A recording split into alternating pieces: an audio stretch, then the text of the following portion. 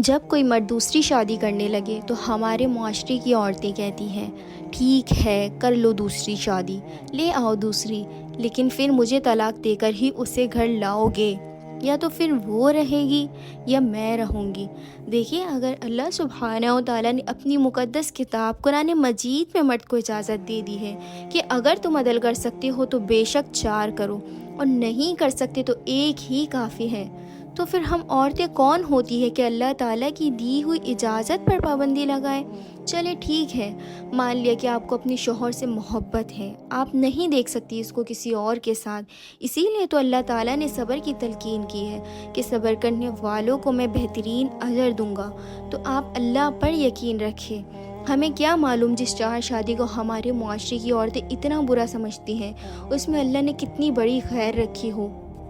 اس کی وجہ سے ہم دنیا کا سامان اپنے آخرت کے لیے لے جا رہے ہو، جو ہمیں اس 2 دن کی دنیا میں اتنا برا لگتا ہے۔ کیا پتہ اس کا وزن آپ کے گناہوں کے حساب کتاب سے زیادہ بھاری ہو اور آپ حیران ہو جاؤ اور اللہ آپ سے کہے اے میرے بندے، تو نے اپنے اس عمل سے میرے فلانے بندے کی مدد کی تھی، جبکہ مدد کرنے والی ذات تو صرف اللہ ہی کی ہے۔ یہ تو صرف بہانہ ہوگا کہ جس کی وجہ سے اللہ سبحانہ و تعالی ہمارے گناہوں کو معاف فرما دیں گے۔ اسی لیے تو اللہ نے دنیا میں کسی کو امیر کسی کو غریب بنایا ہے، تاکہ میرا بندہ یا بندی غریبوں کی خیر خواہی کرے اور اپنے مال سے دوسروں کے کام آئے، اور اس کے ان اعمال کا ٹولہ مجھے پہنچے تو میں اس کو اور عطا کروں، یہ اور مدد کرے میں اس سے زیادہ اسے دوں۔ تو اگر اللہ آپ کے شوہر کے رزق میں اضافہ کرے گا تو وہ صرف آپ کے شوہر کی دوسری تیسری بیوی کو نہیں پہنچے گا، آپ کو بھی پہنچے گا، آپ کے بچوں کو بھی پہنچے گا۔ اور اس کے برخلاف اگر آپ اپنے شوہر سے لڑے جھگڑے تو ہمارا معاشرہ اور ہمارا دین کہاں جائے گا؟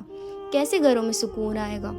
اور اس طرح پھر مرد فتنوں میں پڑ جاتا ہے، گناہ کرتا ہے، اس کے گناہوں میں عورتیں برابر کی شامل ہوتی ہیں، گھروں سے برکت چھین لی جاتی ہے، گھر کا سکون دھرم بھرم ہو جاتا ہے۔ دیکھیں، اگر مرد ایک عورت پر راضی ہوتا نا تو اللہ جنت میں 70 حوریں نہ رکھتا،